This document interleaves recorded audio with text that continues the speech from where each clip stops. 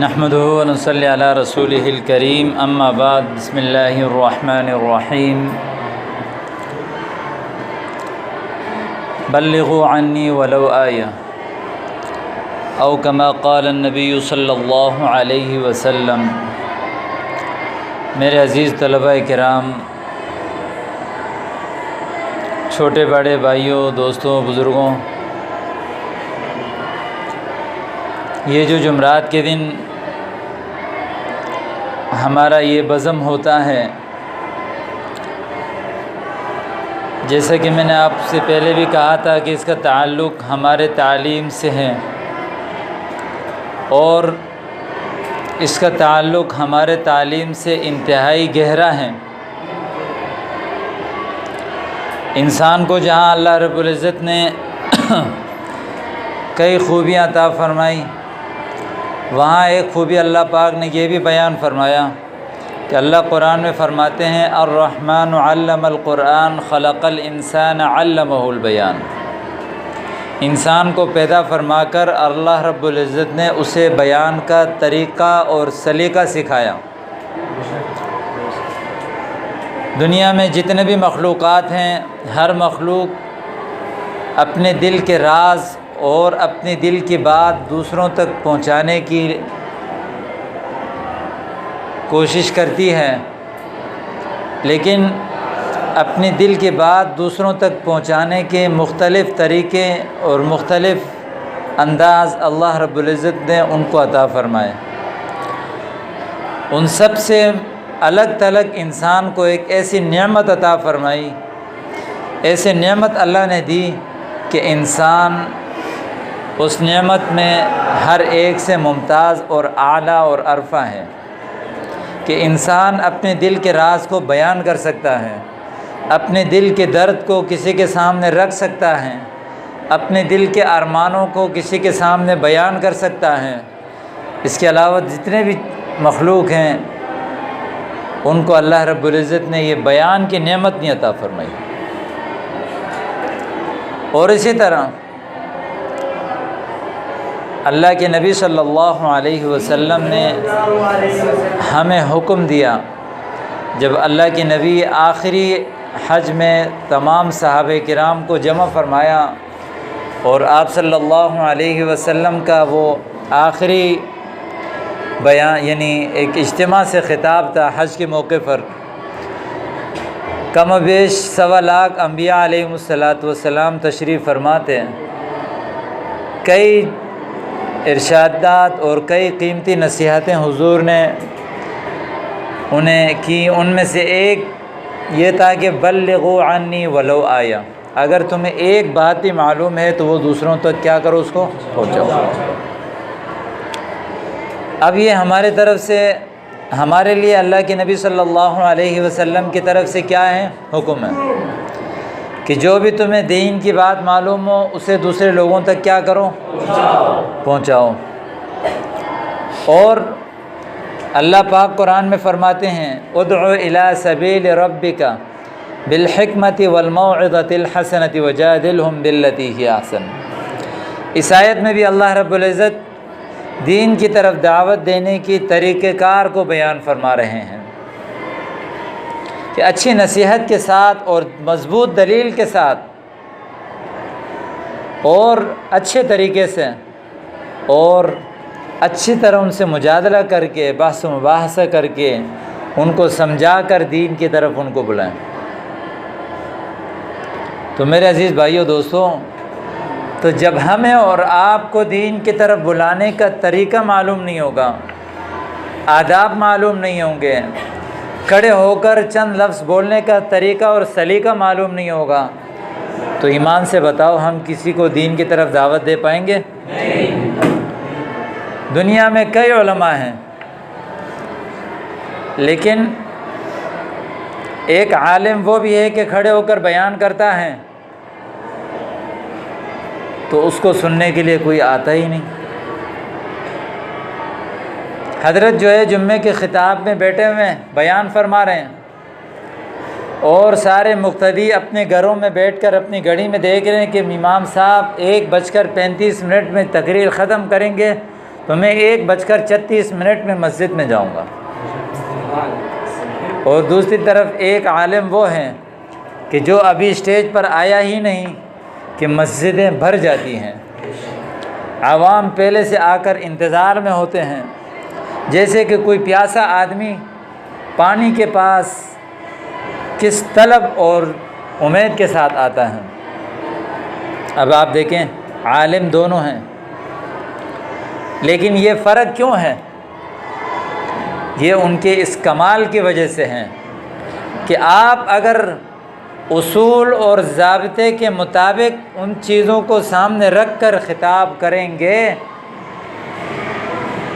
تو آپ کے خطاب کو لوگ سننے کے لیے دور دور سے آئیں گے، اور آپ اگر اس چیز میں مہارت حاصل نہیں کریں گے تو آپ گھنٹوں بیٹھ کے باتیں کرتے رہیں لیکن ذرہ برابر بھی ان کے دل میں کچھ اثر نہیں ہوگا۔ تو یہ وجہ ہے اس خطابت کی وجہ سے۔ اس لیے آپ نے اس فن کو سیکھنا ہے۔ حضرت اشرف علی تھانوی رحمۃ اللہ علیہ فرمایا کرتے تھے کہ عالم وہ مدرس بنے یا نہ بنے، لیکن اس کو خطیب بننا چاہیے، مقرر بننا چاہیے، اس لیے کہ مدرس کا جو فائدہ ہوتا ہے وہ چند لوگ اٹھاتے ہیں، جبکہ جو واعظ اور مقرر اور خطیب ہے اس کا فائدہ عام ہر ایک اٹھاتا ہے۔ جیسے میں پڑھا رہا ہوں یہاں پہ، تو میرے اس پڑھانے کی وجہ سے 40 لڑکے ایک کلاس میں، 40 دوسرے کلاس میں، 40 تیسرے کلاس میں، 40 چوتھے کلاس میں، 4-5 کلاس میں اگر گھنٹے ہوں تو 40 کتنے ہو گئے؟ 200 لوگ۔ پورے سال میں کتنے لوگ استفادہ کریں گے؟ 200، صرف 200۔ لیکن اگر میں بڑا خطیب بھی ہوں تو ایک جمعے میں 1000 لوگ استفادہ کریں گے۔ کتنے لوگ استفادہ کریں گے؟ اب بتائیں کہ فائدے کس میں زیادہ ہیں؟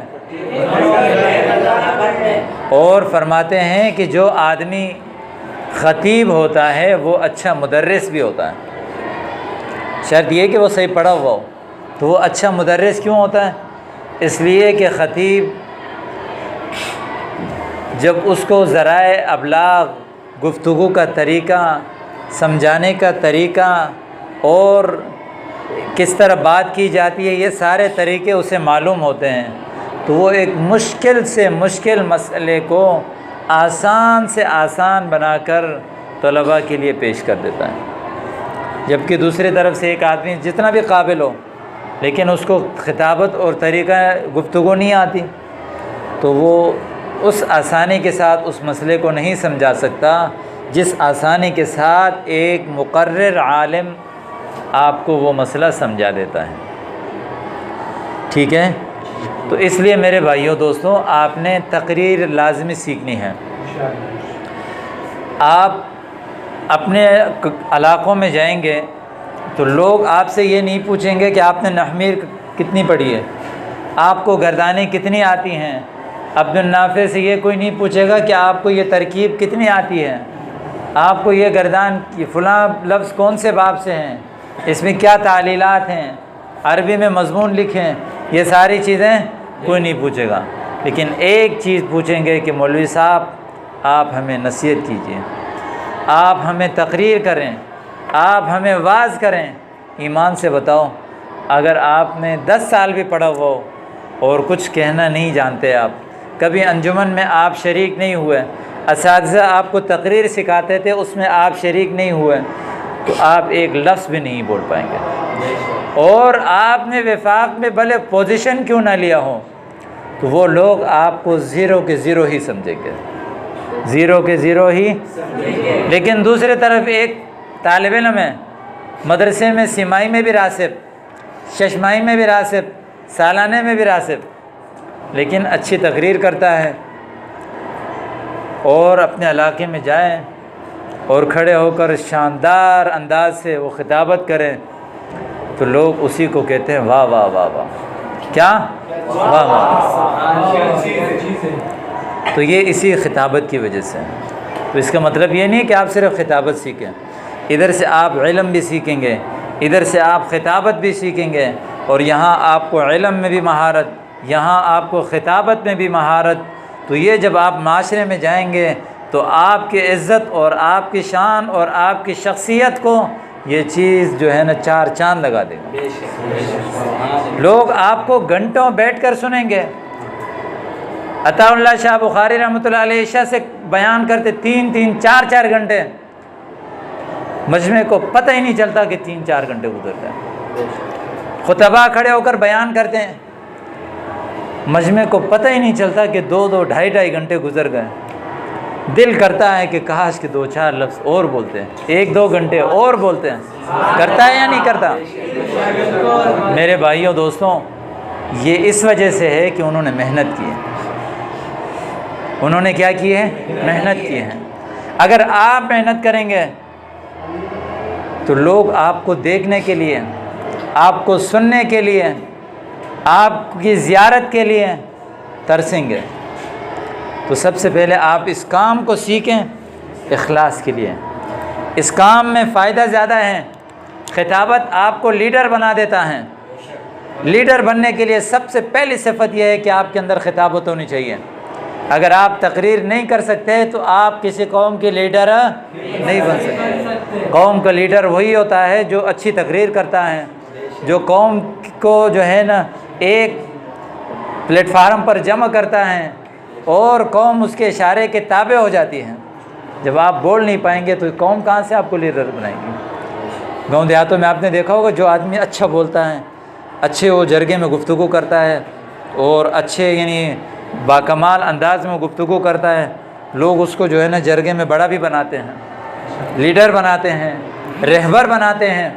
تو لیڈر بننے کے لیے سب سے پہلی صفت آپ کے اندر ہونی چاہیے خطابت۔ تو میرے بھائیوں دوستوں، آپ نے خطابت سیکھنی ہے۔ سمجھ آئی یا نہیں آئی؟ تو اس کو کوئی معمولی نہ سمجھو۔ ہر مدرسے میں یہ سہولت آپ کو نہیں ملے گا کہ وہاں آپ کے ساتھ استاد بھی بیٹھے ہوں، استاد آپ کو سمجھائیں، آپ کی غلطی کو روکیں اور آپ کو پھر ہر جمعرات کو طریقہ سکھائیں، گفتگو کا، انداز کا۔ یہ موقع آپ کو نہیں ملے گا۔ کتنے لوگ ہیں فارغ ہونے کے بعد جو ہے وہ بیان نہیں کر سکتے، افسوس کر کے بیٹھ جاتے ہیں، کیا کریں اب؟ میرے بھائیوں دوستوں، اس لیے آپ نے تقریر میں مہارت حاصل کرنا ہے، تقریر میں مہارت حاصل کرنا ہے۔ یہ ہمارے دین کا ایک انتہائی اہم شعبہ ہے۔ آج لوگ کہتے ہیں کہ ہمیں نہیں سنتے ہیں اور یہ غلط لوگوں کو سنتے ہیں۔ میرے بھائی، جب آپ کے پاس دین بھی ہے، آپ کے پاس قرآن ہے، آپ کے پاس حدیث ہے، آپ کے پاس اسلاف کی تاریخیں ہیں، آپ کے پاس ہمارے اکابر اور اپنے اکابر کے زندگیاں اور واقعات اور قربانی ہے، سب کچھ موجود ہے، اور دوسری طرف وہ لوگ، ان کے پاس نہ قرآن ہے، نہ حدیث کی دلیلیں ہیں، نہ اسلاف ہے، نہ اسلاف کے جو ہے نا وہ ان کی نسبتیں ہیں، نہ ان کی بڑوں کی تاریخیں ہیں، لیکن وہ ایسے گفتگو کرتے ہیں کہ لوگ حیران رہ جاتے ہیں، لوگ ان کے دلدادے بن جاتے ہیں، لوگ ان کے عاشق بن جاتے ہیں۔ اور دوسری طرف ہمارے پاس سب کچھ ہے۔ اس کی وجہ یہ ہے کہ وہ گفتگو کے طریقے اور انداز اور مہارت پر ایسے ملکہ حاصل کرتے ہیں کہ حالانکہ بولنے کے لیے ان کے پاس قرآن کی کوئی آیت نہیں ہوتی، حدیث کی کوئی حدیث نہیں ہوتی ہے، کوئی مستدل اور کہنے والی بات نہیں ہوتی، ایسی لفاظی ہوتی ہے، ایسے انداز سے، اس طریقے سے بات کرتے ہیں کہ سامنے والا مجمع کیا ہو جاتا ہے؟ متاثر ہو جاتا ہے۔ دوسری طرف مولوی صاحب سب کچھ ہے لیکن طریقے سے بول نہیں رہا، تو اس وجہ سے اس کی بول کو کوئی اثر نہیں لے رہا۔ آپ کے پاس سب کچھ موجود ہے، سیکھنے کی دیر ہے، صرف آپ نے سیکھنا ہے۔ آج لوگ بولتے ہیں یار ان کو سن رہے ہیں، ہمیں نہیں سن رہے۔ بھائی، جب آپ قرآن و حدیث کو لوگوں کے سامنے ذرائع و ابلاغ اور خطابت کے اصول اور ضابطے کے مطابق سامنے نہیں رکھیں گے تو پھر لوگ آپ کی بات نہیں سنیں گے۔ میرے پیارے نبی صلی اللہ علیہ وسلم، آپ جب گفتگو فرماتے تھے تو مجمع کی رعایت کرتے ہوئے، مجمع کے آداب کو خیال رکھتے ہوئے صحابہ کرام نے آپ کی خطابت کے اوصاف کو بیان فرمایا کہ جب آپ خطابت فرماتے تھے تقریر فرماتے تو احمرت عیناہ، آپ کی دونوں آنکھیں سرخ ہو جاتی ہیں، کأنہ منذر جیشن، گویا کہ آپ کسی لشکر سے ڈرا رہے ہوں، جیسے کہنے والوں آگے دشمن کھڑا ہوا ہے۔ تو آپ کے اندر انداز ہونی چاہیے، جب آپ کے اندر تڑپ ہونی چاہیے۔ سب سے پہلی چیز ہے اخلاص۔ آپ اگر تقریر میں مہارت حاصل کرنا چاہتے ہیں، اخلاص اور خطابت کے اصول اور ضوابط کو مد نظر رکھتے ہوئے آپ اگر آج سے تقریر شروع کریں گے، واللہ آپ یہاں سے فارغ ہو کر صرف 1 سال آپ کہیں خطابت کریں گے کہ ملک کے کونے کونے، شہر کے کونے کونے، علاقے کے کونے کونے تک آپ کی خطابت کا چرچا ہوگا، دور دور سے لوگ آپ کو سننے کے لیے آئیں گے۔ مگر کیا ہے، ہمارے پاس سب کچھ موجود ہے، سیکھتے نہیں ہیں۔ قرآن کی دلیل موجود، حدیث موجود، تاریخ موجود، ہماری نسبت ہے جو تقریباً آج سے 1400 سال تک، لیکن ہمارے پاس ذرائع ابلاغ کے اصول اور ضوابط کے خیال ہم نہیں رکھتے، تیاری نہیں کرتے، خطابت کے اصول کے مطابق ہم بیان نہیں کرتے، تو ہماری بات کا کوئی اثر نہیں ہوتا۔ اگر آپ چاہتے ہیں تو میرے بھائیوں دوستوں، اس کی بڑی اہم ضرورت ہے۔ آج لوگوں کو گمراہ کیا جا رہا ہے، میڈیا میں آ کر، مختلف سوشل میڈیا میں آ کر، اور مختلف طریقے سے ہر قسم کے لوگ گمراہ کر رہے ہیں۔ لوگ ان کی باتوں میں آ رہے ہیں، حالانکہ ان کے پاس کوئی قرآن کی دلیل ہے، کوئی حدیث کی دلیل ہے، کوئی چیز ہے، لیکن کیا ہے، وہ لوگوں کو اپنے گفتگو سے ایسے متاثر اور ایسے جادو انداز میں گفتگو کرتے ہیں کہ سامنے والا، سننے والا اثر جو ہے نا وہ متاثر ہوئے بغیر نہیں رہتا۔ اور یہاں مولوی صاحب ہے، وہ سیدھا سادہ آیا، وہ نیچے دیکھ کے بیان کر کے چلا گیا، نہ کسی کو پتہ، نہ کسی کو۔ تو اب بتاؤ لوگوں کی کیا غلطی ہے؟ ہم اگر اس چیز کے مطابق، اصول اور ضابطے کے مطابق نہیں چلیں گے تو ہم کامیاب نہیں ہوں گے میرے بھائیوں۔ تو اس لیے اس فن کو آپ نے سیکھنے کی کوشش کرنا ہے، یہ ہماری سب سے اہم ضرورت ہے، سب سے اہم ضرورت ہے، سب سے اہم ضرورت ہے۔ آج ایک مولوی اس طریقے سے گفتگو نہیں کر سکتا جو ایک انجینئر اور ایک عام آدمی، جاہل آدمی گفتگو کرتا ہے، حالانکہ اس کے پاس کچھ بھی نہیں ہے۔ مولوی نے 8 سے 12 سال سب کچھ پڑھ لیا، لیکن وہ اس طریقے سے گفتگو نہیں کر سکتا۔ اس کی وجہ یہ ہے کہ وہ یہاں پر اس دوران پڑھائی انجمن میں ڈنڈیاں مارتا ہے۔ خطابت کے اس طرح سیکھنے کے لیے یہ جو چیزیں بنائی جاتی ہیں اور ان کے لیے جو شعبے قائم کیے جاتے ہیں، اس شعبے میں وہ سستی کا مظاہرہ کرتا ہے۔ اس کا پھر اثر یہ ہوتا ہے کہ فراغت کے بعد اس کے علم سے لوگ زیادہ فائدہ نہیں اٹھاتے ہیں۔ اگر آپ یہ چاہتے ہیں کہ آپ کے علم سے دنیا فائدہ اٹھائیں، آپ کے علم سے مخلوق کو فائدہ ہو، آپ لوگوں کے لیے ذریعہ ہدایت بنے، تو آج ہی آپ نے خطابت سیکھنا ہے۔ آج ہی آپ نے، میرے بھائیوں دوستوں، خطابت سیکھنا ہے اللہ کی رضا کے لیے، اللہ کی رضا کے لیے، لوگوں کو دین کی طرف بلانے کے لیے، لوگوں کو توڑنے کے لیے نہیں، لوگوں کو جوڑنے کے لیے، لوگوں کو جوڑنے کے لیے۔ ہر دل میں محبت ہے ایسے خطیبوں کی، ایسے مقرروں کی۔ جب آپ سب کچھ سیکھ کر جائیں گے تو واللہ آپ کبھی ناکام نہیں ہوں گے۔ تو ضرورت اس بات کی ہے کہ ہم اس فن کو، ان اصول اور ضوابط کو سمجھیں اور اس کے مطابق یہاں پریکٹس کریں۔ پڑھائی کے دوران جب آپ یہ ساری چیزیں کریں گے تو آپ اپنے وقت کے انشاءاللہ تعالی ایک ماہر خطیب بنیں گے۔ صحیح ہے نہیں؟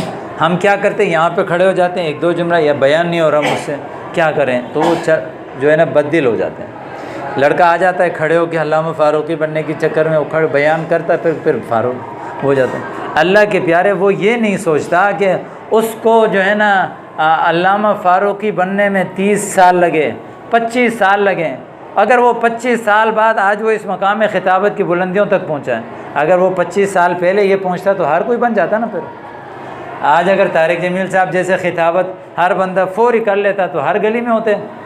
بھائی آپ کسی بڑے کو جب فالو کرتے ہو، اس کے مطابق چلنے کی کوشش کرتے ہو، 2-4 بار، 10 بار، 12 بار آپ اس جیسے کر کے پھر بددل ہو جاتے ہو۔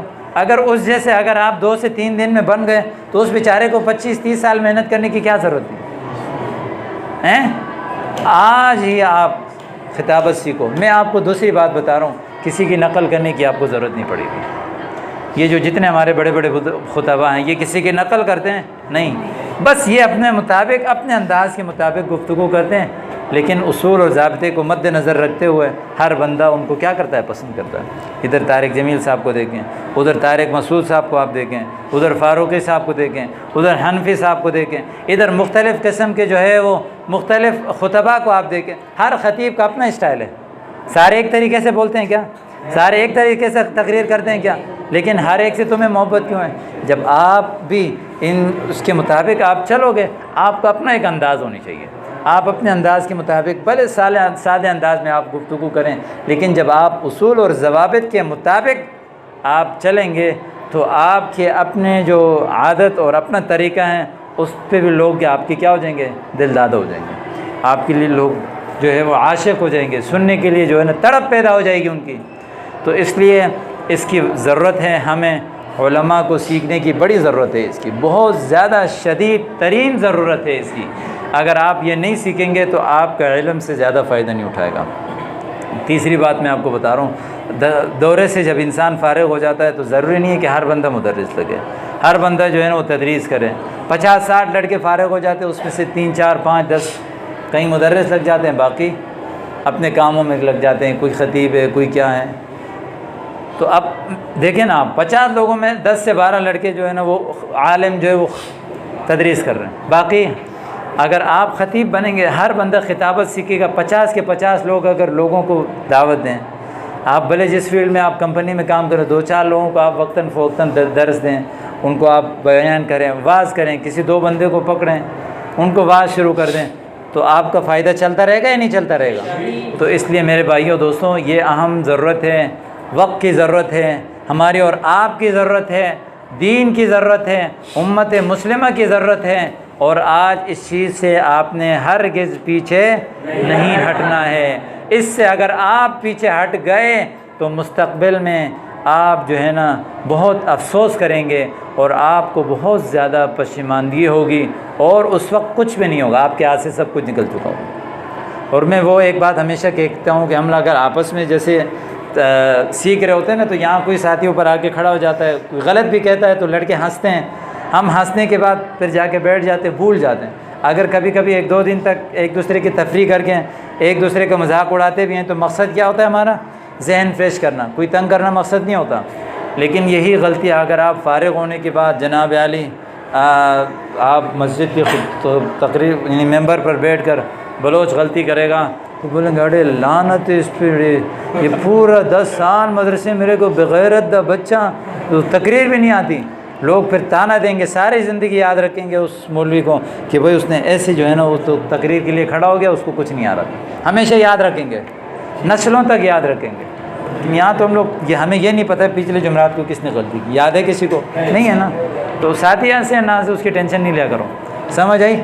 تو اس لیے آپ نے محنت کرنی ہے، اخلاص کے ساتھ، پابندی کے ساتھ، شوق کے ساتھ، لگن کے ساتھ آپ قدم بڑھائیں گے، انشاءاللہ تعالی آپ کو اس کا نتیجہ اور اس کا اثر مستقبل میں ضرور نظر آئے گا۔ سب تیار ہیں انشاءاللہ؟ کون کون تیار ہے اس کام کے لیے؟